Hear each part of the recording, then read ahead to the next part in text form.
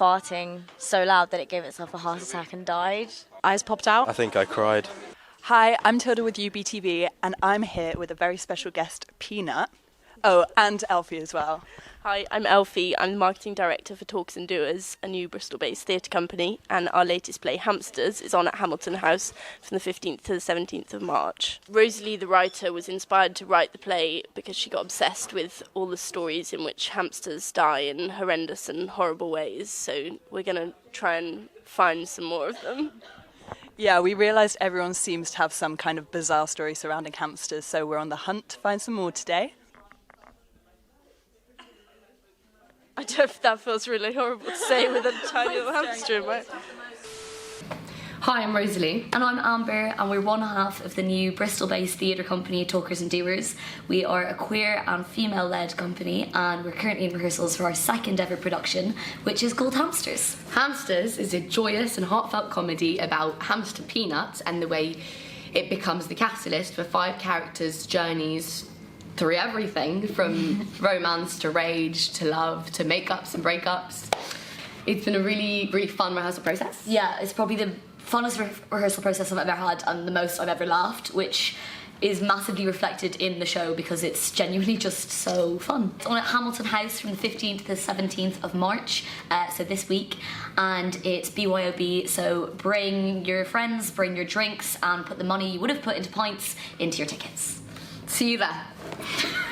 We're coming inside the house! I hate it! Do you have any funny hamster stories? Do you have any funny stories about hamsters? Do you have any funny hamster stories? My friend Sophie, she has a hamster Mushu.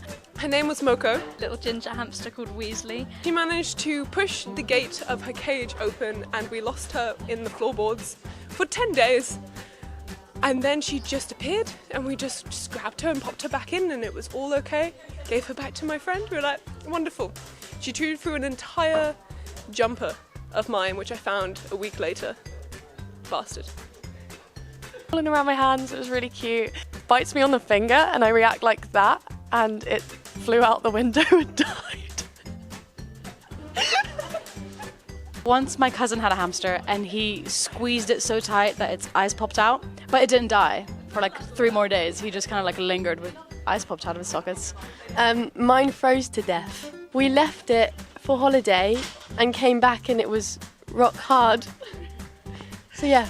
She used to always eat her carpet, so she created a barricade of all her workbooks. She ate she ate through her workbooks and then started eating the carpet again. My friend from home, Mia, she had a hamster that she loved very dearly, and every time she got on holiday they'd give it to their family friends to look after, but the hamster hated the family friends, and the hamster would climb up the railing of their cage and just jump backwards onto the floor, and it would just do that repeatedly.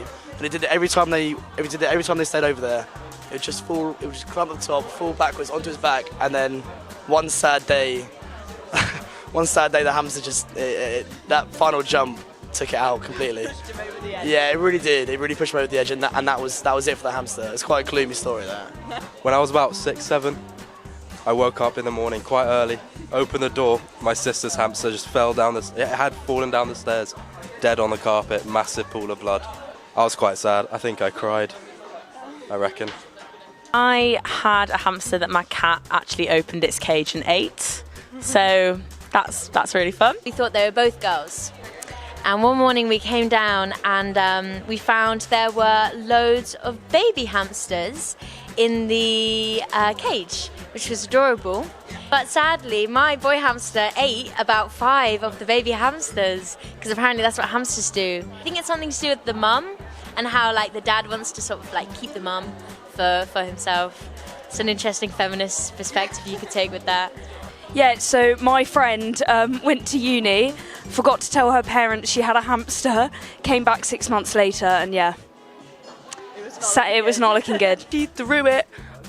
She was like throwing it around. She like used to chuck it up and down, and she threw it against the ceiling when she was having like a moment, and it hit the ceiling fan, and it died. He kept getting out in the night, but she put his cage on a really high chest of drawers and he fell off and died. I once heard of someone's hamster like just farting so loud that it gave itself a heart attack and died. But I know, it wasn't mine, so. Come see Hamsters.